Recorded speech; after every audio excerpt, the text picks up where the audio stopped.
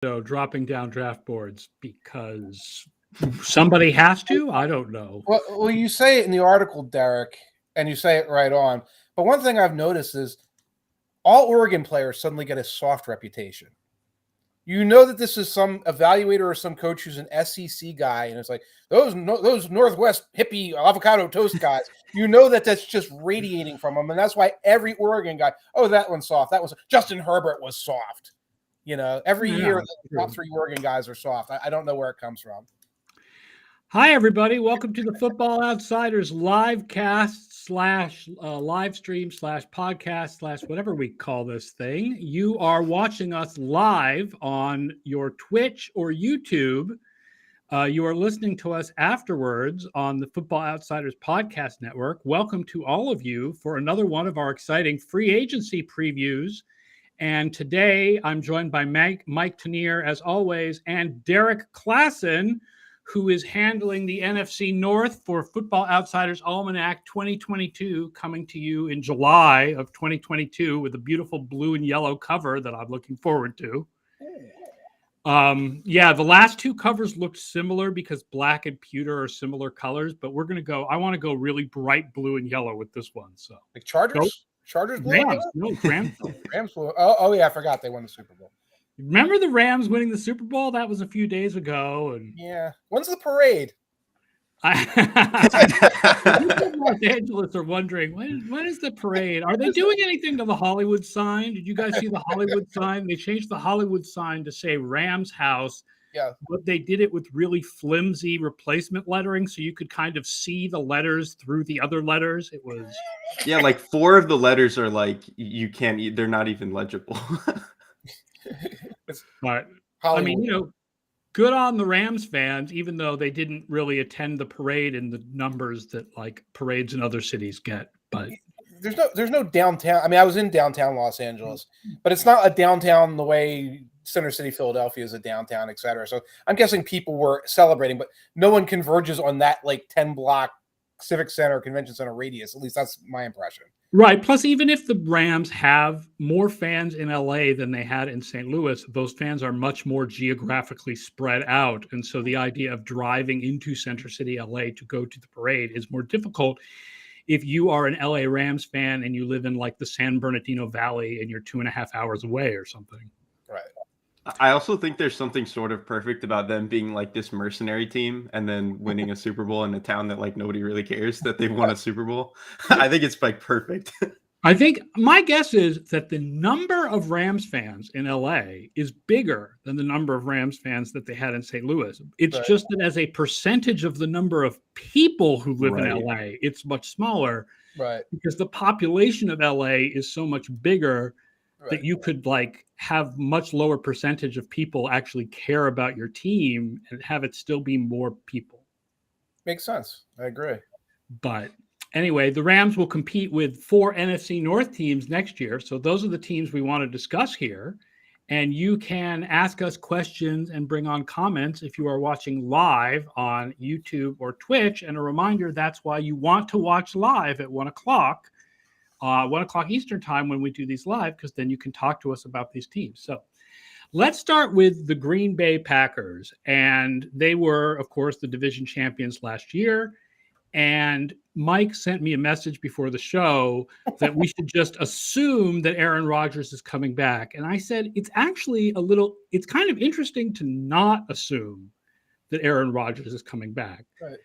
So I feel like you can give 2 different discussions of what's going on with the Packers, like what they should do if Aaron Rodgers truly forces himself out of town and what they should do if Aaron Rodgers decides he's staying for the long term. Their cap situation is terrible. Right. Like they're $50 million over the cap, according to overthecap.com. And worse, Nick Corte from overthecap.com did this tweet and this page of what it would be for each team to just do simple restructures. And even the Saints could get themselves under the cap if they just did simple restructures. Right. The Packers can't even get themselves under the cap if they just do simple restructures on all the players that they can do simple restructures on. They still would be $6 million over. Right. So I believe we have an image that I put together of top free agents. And I will say this is missing a big one because our lads forgot to color red Rasul Douglas. Rasul Douglas is apparently a free agent also, but he's not. I did not put him on this list because he wasn't colored free agent red on our lad. Very helpful, by the way. I look at it and I can see the chaos on our lads when they do that. The thing about the Packers free agents, and I said to Mike when we were talking about this before the show, they actually don't have that many free agents. It's just the ones they have are hugely, hugely important. Yes. And one of the reasons they can't just do simple restructures, well, there's a couple of reasons for it. Even if they do all of that, you do not get Davante Adams under the cap. So whenever you see the cap number for the Packers, and I'm not even sure exactly what it is right now. I think I have it on the screen. They are $50 million over, plus the franchise tag for Davante. That is a non-negotiable that you either somehow get a long-term contract for Davante now or you franchise tag him. I don't have that number in front of me. It's like $12 million. So they're really at 62. It's got to be more than 12 for a wide receiver, I would think. I would imagine it's closer to like 16. Okay, so you are far. It's far worse than it looks like when you just look at their cap number, because again, they cannot simply let Davante Adams go. The moment Davante Adams goes, Aaron Rodgers says "see ya," and they're a rebuilding team. I say that's the sort of the point of divergence, which is if Rodgers forces his way out of town, do you keep Davante Adams, feeling that Jordan Love needs a stud wide receiver to trust so that he can grow? Or do you let Davante Adams go, figuring you're really rebuilding at that point? I think you have to commit to rebuilding. Like there's just, I think even if, let's just assume that by some miracle, Jordan Love is like an average quarterback next year. There's no way to beat Davante Adams is like good enough by himself to make this team actually good with Jordan Love. Like you need Aaron Rodgers back there to unlock this whole thing. And if he's not there, I think you just have to commit to rebuilding, especially with all these cap problems that they're going to have. Because I mean, they're going to lose a ton of the dudes on defense. You mentioned Rasul Douglas, but like Devondre Campbell was the best linebacker they've had in, I mean, a decade. Yeah. Like he's the best one they've had. Certainly the most athletic and like the most versatile. So the fact that they're almost certainly not going to be able to keep him, and then like their only other options at linebacker are going to be like, I don't know, Chris Barnes. Like I know they're losing Oren Burks, who was like a backup. Like they have basically nothing at that position. So I think the fact that they're going to lose so many guys, like position before they brought in Devondre Campbell. Right, exactly. And like they're not going to be able to get him back. Like it's just, I think it's too difficult a situation to move forward with anything serious if Aaron Rodgers isn't there. Even if he's there, I don't think this team is going to be good. But I think certainly without him, it's doomed. Well, I mean, I feel like with Aaron Rodgers at quarterback, they're still going to be good. Well, yeah, good, but not as good as they were last year. Yeah. Right. Yeah. Todd Singer says, why would Rodgers agree to a trade? Can't he just force his release by refusing to negotiate his $47 million cap hit?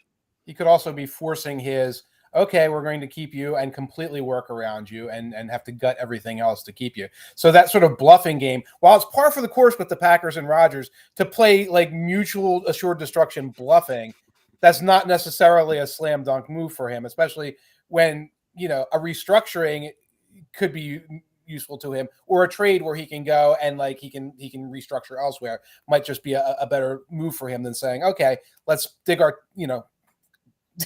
feet in the ground and make you drag us out of the supermarket like toddlers. I feel like if he restructures his contract, he stays. That's basically an admission the Jordan Love pick was a mistake. Rodgers is the quarterback for the next couple of years. You know, at that point, you might as well try to trade Love and see what you can get for him, right, and just get a regular old backup. They're also going to probably have to either cut one of and restructure the other one of Preston Smith and Zadarius Smith. Both are going to happen. Preston's going to get cut almost certainly. Zadarius will get restructured. Yeah, I was looking through their list of guys that you can cut to save some money, and you're right, it's not phenomenal. You wind up cutting guys that you want to keep. You know, it's not like, oh, well, this is Deadwood. There's not a lot of that there. You can restructure Alexander in some way. Extend Alexander. I believe Alexander has one more year on the 5th-year option, so this is extension time for him. Right. And as I was joking on the Slack about, it's like, well, you can cut Randall Cobb and save about $8 million, but you can't cut Randall Cobb. See, Aaron Rodgers has made a personal enemy of the salary cap itself, as only Aaron Rodgers can. He is now at war with economics itself here. So, like, some of the moves that you might want to make aren't necessarily going to get you where you want to be with your quarterback. Useful was first asks about Aaron Jones because Aaron Dillon could clearly take over as the starter at running back. I'm looking up Aaron Jones's contract right now. You could say, but hold on, I had it up here a moment. A few million. I mean, he's a running back. It can't be that much. They just signed him to a new contract, though. His contract right now goes through 2024. You can say 5.7 mil as a post-June 1st cut. You really are starting to get $6 million in cap space, though. You are starting to really slice and dice there in a way you don't want to do if you're saying, well, we're a Super Bowl team. You know, we are a Super Bowl contender. And they really are. I think you're absolutely right, Derek, that they're not going to be what they were maybe 2 years ago, et cetera. But the Buccaneers are exiting the field right now. There's some other teams that may well exit the field. I don't think the Saints are going to be a serious thing. So that, and the division is kind of, the Vikings, we'll talk about them, but they're probably rebuilding. The division is sitting there for you to be on top. So you might as well shoot your shot if you can to have another 13, 14-win season. Yeah, I've seen people suggest online that the Packers do an all-in thing similar to the Rams, where they stuff all their salary cap problems into 2023 and 2024 to try to, like, one last, like, hurrah, big ride. And that you would want to keep Aaron Jones, so you have both running backs, certainly. Right. You would want to keep Adams. You'd want to keep Campbell. Right, I don't know if you can then keep Tanier or whether you give the starting tight end job to Joseph DeGuara, who's not really a regular tight end, right? He's just like a move H-back dude. Yeah. Yeah, and that's it. I think they should do an all-in, and they should restructure into the kingdom come to do this unless Rodgers agrees to, like, a great trade. But even doing that, I'm not sure. That way you can keep Adams and Campbell, I think, or Adams, Campbell, and King. I don't see how you keep Scantling and Tanier and all of these other guys if you're doing that. So you are mortgaging everything, and the leverage is that fine to try to sustain this for another year. And of course, Rodgers can extend out, but like Todd Singer was saying, we just don't know where he's at with that. And the thing is, like, they have to basically all in on either offense or defense. They don't have the resources to do both. So if you keep Rodgers, you're going to go all in on the offense and try to keep as many of these guys together. But then you're, like, kind of bordering on what the 7-9 Saints teams were, where your defense is horrendous and you're praying to God that Aaron Rodgers can give you a little bit more than 7-9, which, to be fair, he probably can if they can recoup most of these weapons. But, like, you're going to be one of the most volatile teams in the league if your defense is completely gutted like this and you have zero resources to replace anybody. And a lot of these guys are key players. You know, the Smith brothers, for as on and off the field as they were, they're great players. Right. So you're going to have no depth at the pass rusher if you lose them. No, Devondre Campbell is a huge deal. Rasul Douglas was huge for them. They probably wouldn't be able to keep him if they keep everybody on offense. Like, the defense is going to go back to being a disaster if they go all in. There'll still be good players on that defense. Like, I feel better about the defense, I think, than you do. I mean, there's still Kenny Clark, and there's still Jair Alexander and Eric Stokes, and the problem is the depth will be non-existent if they have any injuries, right? Like, they can move Rashawn Gary into a starting position by cutting one of the Smith brothers. But then if somebody gets hurt at edge rusher, there's nobody behind them. And a cornerback, and cornerback's a problem no matter what. If you can't keep King and Douglas, and I don't think you can in that scenario. Right. Like, then you'll have Stokes and Alexander to start, but you'll have nothing behind them. So it's like it's like the depth will be non-existent, which in some cases are sort of like that. But I also don't think their line outside of Clark is any good, and they're losing a couple of the guys. Like Tyler Lancaster is supposed to be a free agent, even though he's not great. But, like, losing anybody in that front outside of Clark is no good. All right, let's move on to the Minnesota Vikings, the second place team, and they are $16 million over the cap, but can be $28 million in cap space with simple restructures. And obviously, the big question with the Vikings is what on earth do they do about Kirk Cousins? Simple restructures. You can look at the list. There's some interesting free agents, but the big question to start with is I think I put all defensive free agents for them. The only major offensive free agent they have is Tyler Conklin, who was the number 1 tight end, but Irv Smith will be healthy again, and he'll become the number 1 tight end, so that's not a problem. But other than like figuring out their defense, the big question is Kirk Cousins. Like, do they extend him? Do they trade him? Does anybody want him in trade? And to take, well, no, because it's not that nobody would want Kirk Cousins. It's that nobody would want Kirk Cousins at $33 million. Right. I mean, I think no matter what they do, even if they have to eat some portion of his contract, like, you just have to move on, which is not even to say that Kirk is not a starting quarterback anymore. It's just like the timeline of this team is not conducive to paying someone like Kirk Cousins $35 million to get you 7 wins. Who cares? Like, it doesn't, they're not going to be able to win this division. Even with the Packers, I think, looking as weak as they are, like, I think they're just losing too many guys pretty much across the board. And Kirk Cousins is, I think at this point, it's pretty established that he's not in that upper echelon where he's going to make your team better than it is. Right. So, like, what's the point of extending him or keeping him for any longer than you have to? Conversations we had in 2019, and we're still having now. No point to this. I'm looking at Cousins, and yeah, he would be one of the simple restructures. That's the danger of these simple restructures. Oh yeah, he is a accordion of cap space that you can extend it out and put more in. But that would be bad. This is a team that needs to get younger, and I think Anthony Barr can still play, but they need to get younger. Patrick Peterson, they need to get younger. They need to get rid of those guys. And what I would recommend is eating Cousins' contract this year, so you're not carrying that over. And if they're looking to get compliant without restructurings, Eric Kendricks, you save $9 million as opposed June 1st cut there. Okay. I love Harrison Smith. Do you think he's going to be there when the team is good again? That's a guy you can cut. I got here on Over the Cap $11 million for letting Harrison Smith loose. Okay. If you kind of take this as a swallow year, yeah, and you swallow some of these losses, and you keep Kirk Cousins for 1 more year, yes, and if you're swallowing that, up a good draft pick in the 2023 draft when we all agree the quarterback prospects are better than they are this year. Right. Yeah. And Cousins is part of that swallowing. You're swallowing him, and then you're swallowing a lot of your long tenured veterans who have kept the team at 11 wins or so for many, many years. Part ways with them to start this youth movement, because you've got the opportunity now when you've got a new GM, you got a new head coach, you have a new defensive coordinator in Mike Pettin. I think definitely to Mike's point, I guess. I think definitely to Mike's point, the only option is to eat Kirk Cousins' contract one way or another. Doesn't matter if you trade him, doesn't matter if you just keep him and win 5 games. Right. Like, you have if you to trade him, just you have to agree to pay most of it yourself. Yeah, exactly. Mm-hmm. Which, if you can get draft picks back when you know that you're going to be rebuilding anyway, like, at this point, why not?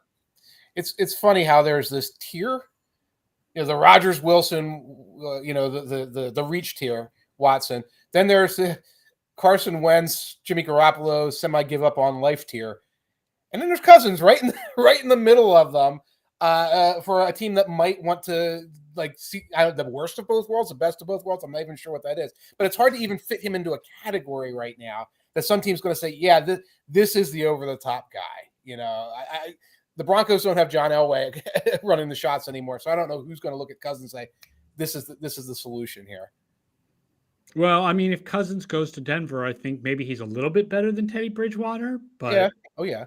But it's not like, it doesn't make them all of a sudden in competition with Buffalo and Kansas City at the top of the AFC. Right. And Kirk probably gets that team into the playoffs. He probably doesn't. Yeah, with the receivers that he would have there. Yeah.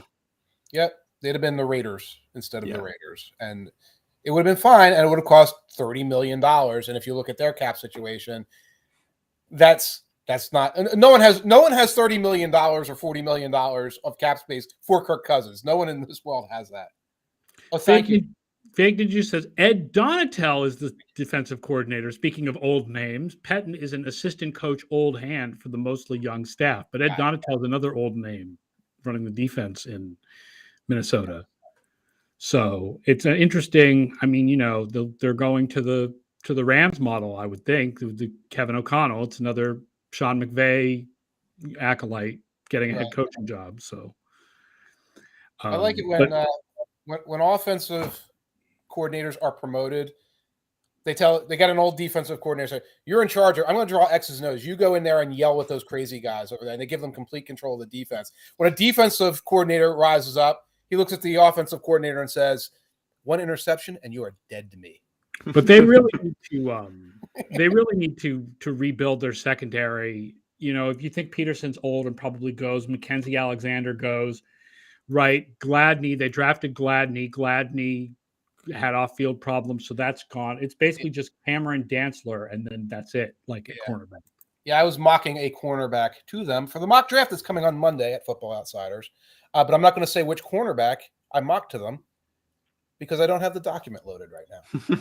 And because you have to read the mock draft to find out which you have to read my mock draft to find out on Football Outsiders.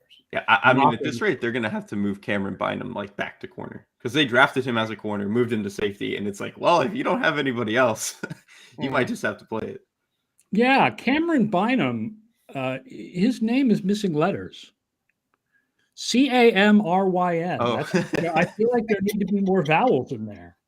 It's like the Hollywood sign. It's missing letters now. All right, let's move on and talk about the Chicago Bears.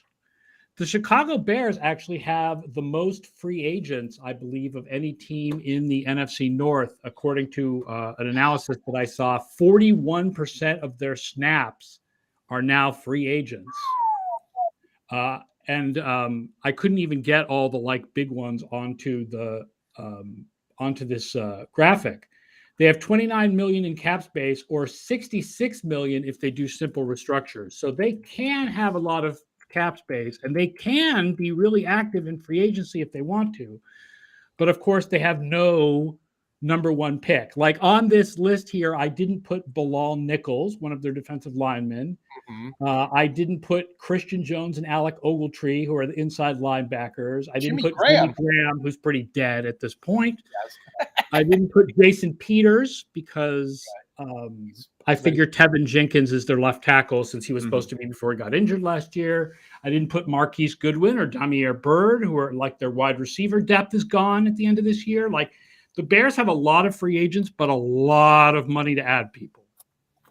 Yeah, I mean, I think you have to just go all out in giving Fields a shot. Like it's the only way. Like if you spend all these picks to make Fields the guy, I think you have to at least give him a shot to work. So I think at least among these returning guys, they have to bring James Daniels back. I think he's going to be one of the best interior offensive linemen on the market if he's actually allowed to hit it. I don't think they should let him do that.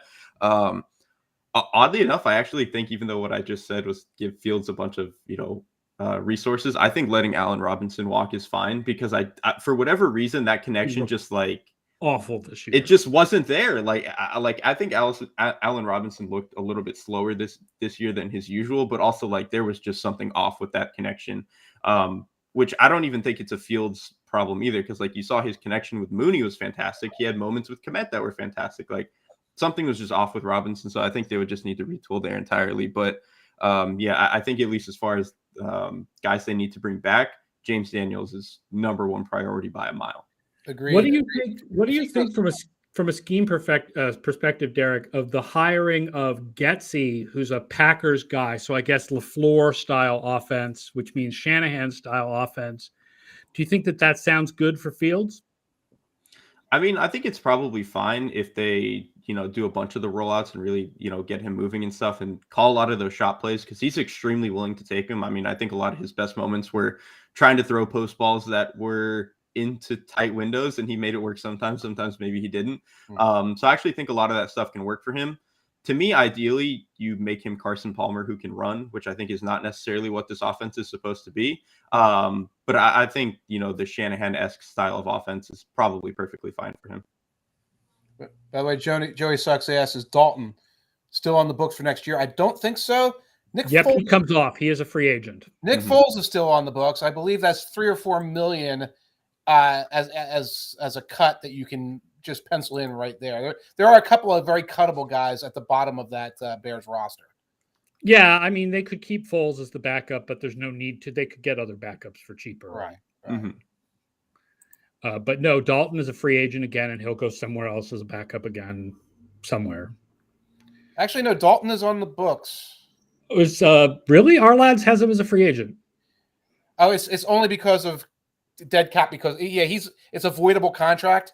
They're gonna have they're gonna have to eat some of it. So that's why he's on the books. That was my He's got one of those void year things. Yeah, he's got a void year where they got to eat some bonus money, which they could then spread out over 2 years if they choose to.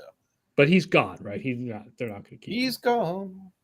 And yeah, I mean, luckily they do have a lot of money, so they can go out and get free agents. There's going to be good wide receiver free agents, right? They need to rebuild their wide receiver core. Let Allen Robinson leave. You know, someone like a Christian Kirk or somebody would work here. You know, there's going to be good. I mean, the dream would be get like Godwin to be the number one receiver or something. That would be amazing. Yeah, Godwin, especially if they're going to roll into that kind of offense, you just make him like, you know, the 90% version of Cooper Kupp in that style of offense. If they get Godwin, that's like the centerpiece. I mean, they've got cap space, but not cap space to like get into an elaborate bidding war. You know, if Jacksonville or somebody is like going after Godwin hard. So, but that would make sense for them to do that. Yeah, they could really use the receiver. They really use receivers. Really use interior line, depending on what happens with Daniels. Do they need other interior linemen? Right tackle, I guess, is a question mark. That Jermaine Ifedi is listed as the starter. He's a free agent. Oh, boy. They need a center badly. Yes, I don't know if they're going to pay for Ryan Jensen, but they should consider it. Yeah, and I don't know what the deal is with the Daniels and White. They have spent so much time over the last 3 or 4 years. I'm not going to call myself an expert on the Chicago offensive line. So I don't know the specifics of why Daniels and Whitehair have been constantly moved from center to guard and back and forth and back and forth. Like, can one of those guys play center or what? I mean, they can, but I think they're both just better at guard. And then, so if they went out and spent the money on Jensen and then had both of those guys at guard, you'd have a pretty sweet interior line right there. Right.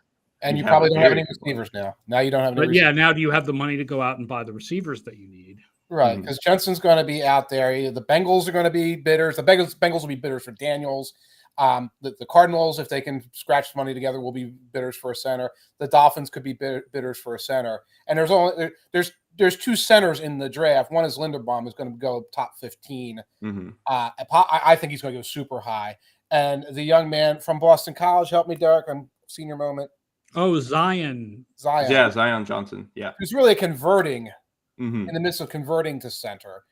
So he'd be available late. I don't know if he solves your problem right away. I don't know if he's going to be there in the second round either. I would definitely be more inclined. Like, it would suck to not be able to get enough receivers here, but I think I would be more inclined to build the line for a guy like Fields. Because I think, to me, he's more of a guy, if you can keep him upright as often as possible and keep things clean for him, he can kind of figure out the rest, because I think his arm talent and his playmaking is all there. It's just, if you let him get hit all the time, which, to be fair, is partly his problem. He loves to hold the ball. But again, I think if you can protect him as much as possible, he's going to figure out the rest enough that, like, this offense can be competent, I think. So prioritize the interior offensive line. I mean, the whole offensive line. Right. As much of it as you too. Right. And wait on wide receivers to go either later free agents or draft picks. I think especially in this class too, there's a ton of good, like, day 2 receivers. So I think it's probably fine if they spend their money in free agency and let stuff figure itself out in the draft as far as wide receivers go. Yeah. Useful is first says sign offensive linemen and hope some of those Ohio State wide receivers slide to you. That one's not happening. That's not happening. It's going to be more along that. I will point out that Benjamin Robinson actually had Olave out of the first round in his first grinding the mocks, because, as he pointed out, I guess, in general, only like 27 of the players who are expected to go in the first round actually go in the first round. Like, there are always players who dropped in the second round, and he ended up having Olave as one of them in his mock. You can see Olave dropping, right, Derek? I'm not crazy with that. Or he shouldn't, but I think it could happen just because if teams are going to swing on potential, he is like 6th on the totem pole purely on potential. I think, like, in terms of overall, he's probably top 3. But, like, he's more of a high floor type of guy than some of the others. And if you're picking first round, teams might want something more than that. If I remember correctly, the early playmaker run had him 3rd. Yeah, he's pretty high. That sounds about right to me. Right. He's going to run great in a couple of weeks. He's going to run great, and he'll be in the top half of the first round or close to the top half of the first round. And I'm a big Wilson fan, so I'm not sure everyone is, but he ain't dropping that far. No, there's no way. Yeah. Wilson for sure is not falling. Somebody's going to convince themselves they've got Odell Beckham. Is there a third Ohio State wide receiver? Jamison Williams was at Ohio State before he transferred to Bama, so kind of. Yeah, the third one's an underclassman. I cannot remember his name, but he can play. And that was one of the problems. Yeah, when you watch the film of them, it's like everyone's open. There's a lot of just open guys running free. Olave, a lot of times it's like it was a zone defense. He just blew past everybody, which is great. But it's not like you're seeing like a one-on-one, there he goes beating Sauce or something like that, I will point out this has nothing to do with the draft, but just the talent coming out of Ohio State. I believe Ohio State was number 1 in Bill Connolly's initial S&P projections for next year. So, makes sense. So if you bring back we will finally be. Pick. Sorry, what'd you say? I said it makes sense if you're bringing back a potential first overall pick quarterback. and maybe we will finally be saved from the tyranny of the SEC. I don't know. Let's again talking about the quarterbacks being better in 2023 than 2022. The kid from Ohio State whose name escapes me right now is like very much looking like the number 1 pick. So. Let's move on to the last team in the NFC North, and that is your Detroit Lions. They just won the Super Bowl. Fewer free agents. Yes, Detroit Lions fans just won the Super Bowl through the power of rooting for their ex-players. I mean, listen, you laugh, but when the Colorado Avalanche won the Stanley Cup, after Ray Bourque got traded from the Bruins to the Avalanche, they actually brought the cup to Boston for all the Boston fans who hadn't won a cup in like 25 years. You poor Boston fans. Oh, that's weak. Boston then went out and won a cup like 3 or 4 years later. Did Brady bring the Lombardi Trophy back to you guys one more time last year so you could see it one more time? We'll see it one more time. It may not be until 2050, but we will see it one more time. I guarantee you right now, that before the end of humanity and the sun swallowing the earth, the New England Patriots will win another Super Bowl. You know what? I will take those odds well over Matthew Stafford as a Hall of Famer odds. So. not touching that action. And the Lions do, in fact, have the 32nd pick in the draft, thanks to the Rams winning the Super Bowl. So they have the fewest free agents. They have a lot of cap space. Yep. Not quite as much as Chicago. I missed a couple of free agents on this list. I guess Charles Harris played well for them. Yes, he did. Jalen Reeves-Maybin is an interior, is off-ball linebacker who's a free agent. He's kind of an okay player, but they don't really have a lot of really big name free agents. Like Tracy Walker, I think, is by far the biggest name among their free agents. Starting free safety. As Janis Joplin said, when you ain't got nothing, you got nothing to lose. Well, that's true. There you go. Yeah, I think really Tracy Walker is the only guy you feel that bad about losing. Maybe Alex Anzalone, but like he's hurt literally all the time, so I don't even know if that's really worth re-signing.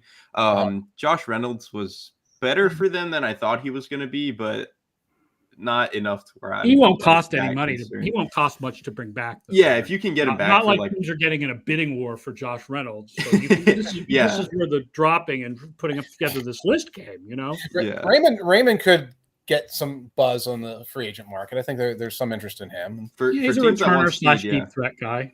Mm-hmm. I mean, if you can find a Taylor Gabriel role for him in one of those Shanahan offenses, I mean, right, that's he can probably get some money doing that. I mean, the problem is the Lions need. They need. Like they need receivers. They need cornerbacks. They need a safety if they don't re-sign Tracy Walker. They need depth safeties anyway. I mean, they need almost everything. They need another pass rusher still. Yes.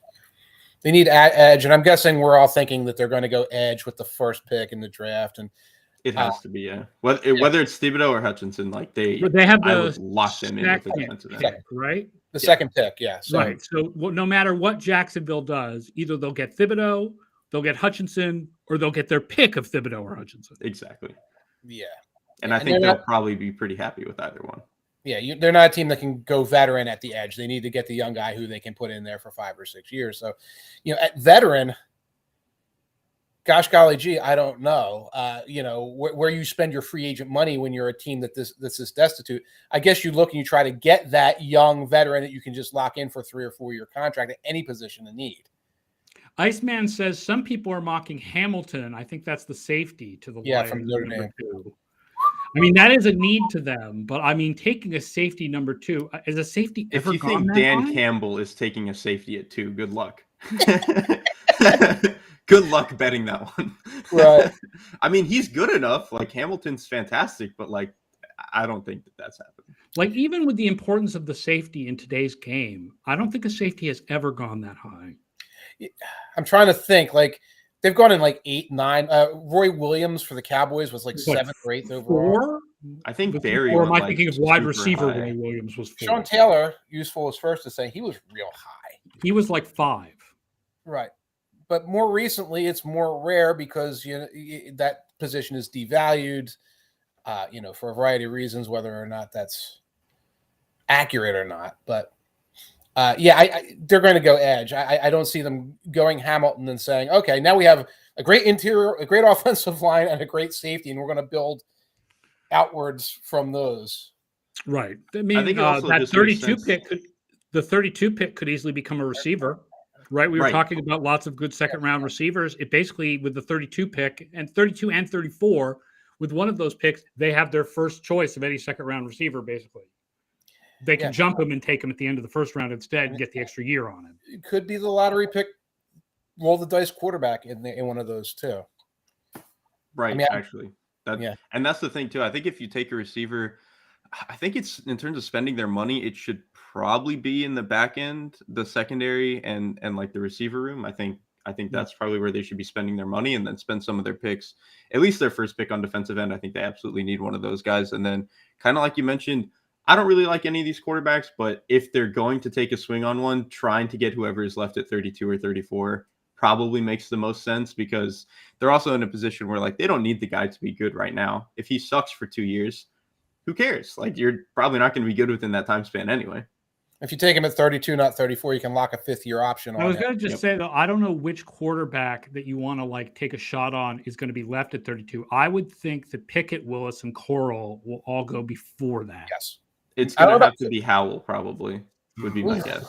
Who I don't think is that good, but I don't know about Corral. Corral could still. And Howell, you guys tell me, he's not a low floor, high ceiling gamble in the way Willis is, right? Like, the thing about taking Willis is that, like, there's that small chance that Willis becomes Josh Allen. Mm-hmm. At Howell, there isn't really that chance. No. Howell is like this year's Baker Mayfield right out of the gate, and then at his best might be like the average version of Baker Mayfield. You know what I mean? Like, I just don't think a ton is there with him. He's probably going to be good enough to like not ruin everything, and you can probably evaluate the rest of your team with him. I don't want to like cannibalize our future podcast together, Derek, about the draft. Have you done your Corral work yet? I've actually charted like 5 or 6 games of him. Not a fan. That guy's not for me. I hear you love RPOs. They need to be removed from the sport, one way or the other. Fix the rules, do something, man. I can't take it. Like, their entire offense is RPOs. It's disgusting. I was doing my Corral work, and I'm like, my God. I'm like, oh my God, Derek has to watch this. Derek has to watch this. The Dolphins broke you, and then Ole Miss is just obliterating you. And so anyway, I looked at him, I was like, oh my God, it's like Corral's like the current Tua, unless he's bad, and then he's like Trubisky. I was trying to figure out exactly who he is, but that's what we're talking about, 32, 34, right? You know?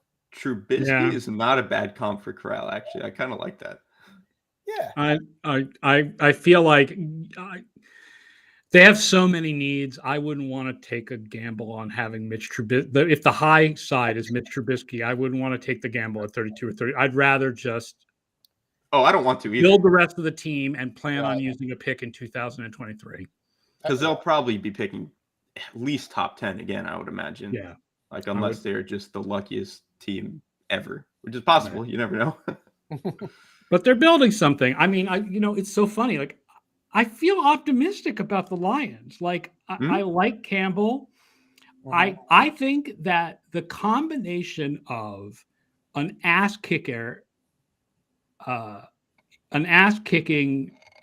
coach as far as like getting players up, combined with the analytical, that he was very positive analytically, is a great combination. And there is a good amount of young talent that they're collecting. The problem is just the quarterback position, that at a certain point they're going to have to find that guy, and it's not going to be till 2023.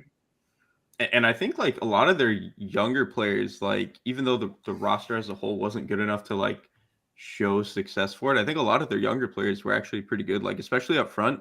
I thought like Alim McNeil and Levi Onwuzurike, especially down the stretch of the year, were like really good. Linebacker Derrik Barnes, not the best cover guy, but he is a murder player inside the box. So like the fact that they're getting at least like competent NFL level play from their rookies right away last year was really encouraging to me. And I thought like defensive coordinator Aaron Glenn did some really interesting stuff, especially up front. I mean, they were putting like I think it was Julian Okwara. They were putting him at like literally nose on like some certain weird packages and like getting penetration in the backfield. Like they were doing the best they could with the hand that they were given. And I thought that was really encouraging for, assuming they do eventually get this roster into decent shape. Joey Suck says over under on 5.5 wins for the Lions this year. We lost our over under on our over under because I was big on the Lions over, and that did not hit. I'll go over. I'm going over on 5.5. I'm doing it. Let's go. It's hard for me to go under on 5.5 for almost any team. You'd have to basically be like the worst team in the league for me to go under, just because of the amount of randomness in the NFL. Things tend to group towards 8-8. Well, at this point, 8-8-1. Oh God. I might go over solely for the fact that the division is kind of in shambles, and like they can probably like kick and scream their way into 2 division wins, I would think, and then maybe you just beat a couple of other bad teams outside of that. I agree. We're asking about the schedule. Let me check my little way too early DVOA projections to see where I have the Lions schedule projected. I have it projected as the 6th hardest. Whoa! They're out of conference. They're out of division. The Packers do have a really good projection in that way too early projections, but I don't remember the teams that they play. But they must play the last place teams that are like maybe they play Baltimore in the 17th game or something. Right. Makes sense. I have to look up again who they play, but yeah, they actually come out with a hard schedule next year. So sorry about that. Way too early. Football Outsiders DVO projections are on the website right now at footballoutsiders.com. Yes, they look a lot like DVOA from last year, except that Tampa Bay sucks. Nice. And the Packers are better because they won't. The idea is projecting them with Aaron Rodgers playing all 17 games. But it's a good idea of what it means for offense to be more predictive than defense for next year. And it does give you a good idea of schedule strength for next year, that the Rams have the hardest projected schedule, that the the Ravens have the easiest projected schedule for next year. Yeah, that one really perks you up when you think of all the players that the Ravens are getting back from injury, and then the idea that they have the easiest projected schedule for next year. I may have to revise my top 5 AFC quarterbacks. Oh, based on that. All right, that does it for today's show. Thank you again to everybody who's watching and listening on the Football Outsiders Podcast Network afterwards. Don't forget to like and subscribe to the show, subscribe to the feed, tell your friends about the feed and the shows. Thanks to Mike, thanks to Derrik for joining us for today's show. The Splash Play guys, I will be back tomorrow at 2:30, I believe, to talk more fantasy football. And then we will be back with 2 more shows next Wednesday and Thursday at 1 p.m. Eastern, where we will do the NFC South and the NFC East. And then we're figuring out what goes on after that with the AFC, with Mike and I going to the Combine in Indianapolis. So thank you, everybody, for listening. Thank you for reading Football Outsiders, and we will see you for this show next Wednesday. Take care, everybody.